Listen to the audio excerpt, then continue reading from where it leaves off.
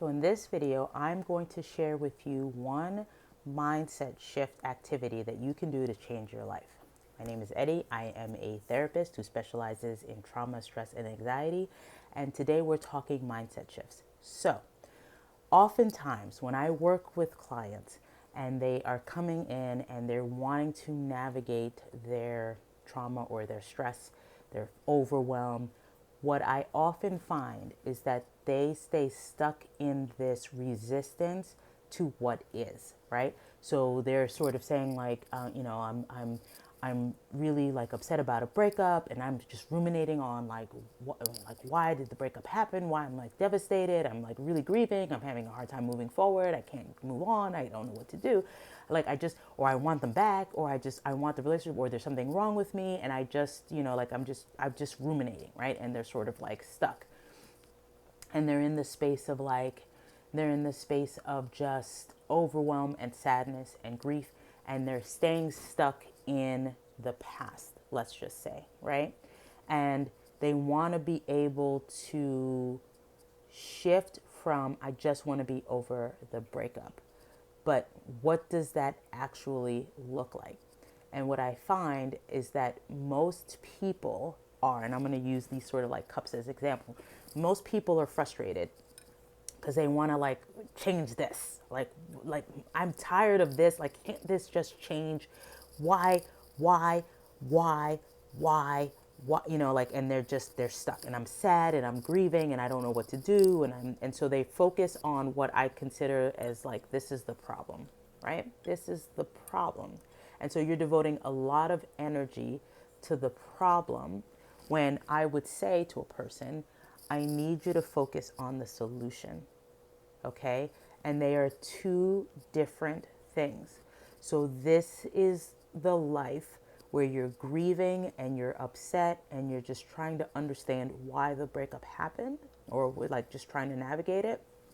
And this is your new life. This is the new life that you're striving for. So instead of trying to mold this and change this, I want you to try to think about changing into this. Now, this is a very like difficult thing sometimes for people to understand. Like, well, how do I change this to this? Like, there's like, sort of like asking me to be, 6'4" when I'm 5'4", right? Like, how are you supposed to do that exactly? And then this is the exercise that I do with them, and I get them to try to think about it like from a global standpoint. So I will use the example of the fridge example, right? So imagine that you come home and you're tired and you're frustrated and you open the fridge door and it's empty and you're like, what's for dinner? What's for dinner? What's for dinner? And you open the fridge and you're frustrated and you're like, Jesus Christ, like how come we can't, like now we have to eat out again and this is costing us money and like this has got to stop, and why are we doing this, and I'm hungry, and why can't we ever do this, and why is it that? And you're stuck in the space of like just being upset about what is, right? The reality is that your fridge is empty, that you're hungry and you're frustrated, that you keep having to think about dinner, and you just are like over it, right? And you're just like, and then you're like thinking about like, well, they need to, and they should step up and do, or I have to make more money to order out. Like you're staying focused on the problem, right? And then you're feeding the problem, right? But what if I said to you, let's just do this exercise. I want you to imagine that your fridge is actually full of food, right? What food is in that fridge? I don't know, tuna fish, kale, strawberries, blueberries. Now, here's where this exercise gets interesting. If you are not thinking about what's actually in your fridge, when I start to ask you to take action, because you don't even know what you would put in your fridge, you're just going to stay relegated to focusing on the problem, right? Let me ask you to think about, what does a fully stocked fridge look like? What does your life look like that you would stop complaining about, like coming home and not having any food in the fridge, right? Visualize, I want you to tell me what is in your fridge. I don't know, Hello Fresh, Sunbasket things, blueberries, eggs, bread, milk. Okay, so we now know what you would like to see in the future, so that when you come home, you're not complaining about the fact that the fridge is empty, right? Then it's about saying, okay, so now we know what the future looks like. It means that there's like some Hello Basket or some Hello Fresh or Sun Basket in here, or there's blueberries and there's such and such. Then I say, well, what would have to happen in order for your fridge to be full? I don't know. I think I would have to just like download the ShopRite app, or I would have to deliver from home, or I would have to look at some Pinterest recipes.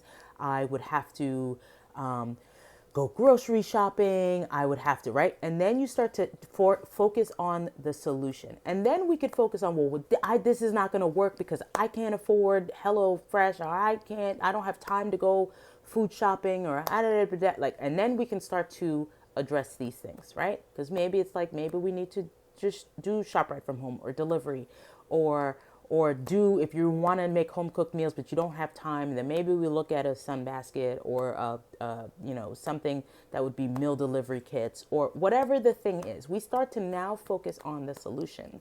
And then I could say to you, hey, guess what? While you're, like ordering DoorDash or whatever it is, ordering the pizza, maybe you download the ShopRite app while you're also have your phone as you're ordering pizza. And instead of just being like, I can't believe I have to order this again, download the ShopRite app or whatever it is that you think could help make this fridge full. Let's start to look at, working your way towards the life that you actually want, towards the solution you actually want, right? Because if you can envision what it is you would rather have instead of like opening up an empty fridge, then we can look at, okay, well, what do we think has to happen in order for you to like have a fridge full of food and to feel like you're not eating out all the time and getting frustrated about asking yourself what's for dinner, what's for dinner. We can then focus on, meal planning, put stuff on the calendar, do some research, Pinterest, it's whatever it is, right? Then we can start to think about the solution. So if I go back to the client who's just like grieving and having loss and all of these things, it's like, well, what is it that you really want? Okay. And it's sort of like, I think I just want to be in a relationship. I want to be in a healthy relationship. I want to be married. I want to have kids. Like, that's what we want to see, right? Because what you're grieving is yes, you might be grieving the person, but you're grieving this loss of, I thought I was going to have this life. I thought I was going to be married. I thought I was going to have kids. I thought I was going to live in this house, whatever it is that you thought. That you're grieving that as well as grieving the loss of the person. But what is it that you ultimately want like 6 months from now? And, like, who would you want to be 6 months from now? I want to be married. I want to be with, kid, whatever the thing is. Okay. Then you think about, well, why did this relationship end? I don't know, like, because I wasn't committed to having kids, whatever the thing is, right? Then you sort of say, okay, well, future forward me works on, I do want to have kids, but I just am scared, and I need to work on working through the fear of having kids so that in the next version of me, and then in the 6-month future forward version of me, I am more comfortable being with someone where they say I want to have kids, and I'm like, I'm okay with that. Or if I don't want to have kids, that I'm okay expressing to a future partner that I don't want to have kids, and we're going to just, if we're going to be together, we're going to build a life without kids, right? And we're okay with that. Or I want someone who is trustworthy. I want someone who is loyal. And, like, you start to build yourself around that life that you want. And so now you start to focus on the solution, and you focus on future self, and you slowly start to move that like old self, past self out of the picture. And then this becomes more into focus, and you focus more on this. So that is my tip for if you're, trying to really navigate how to, get past being stuck is how can you focus on your future self? Because this person is still here. This person is still grieving, right? This person is still, you still have that cup. You still have the empty fridge. You still have the whatever it is.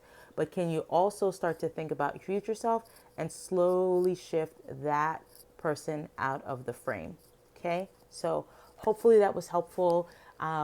Obviously, like I do this in therapy with my clients, but you can do this on your own. You could do this with a friend, someone that you trust. But just try it out and let me know how it pans out, and I will see you in the next one. Bye.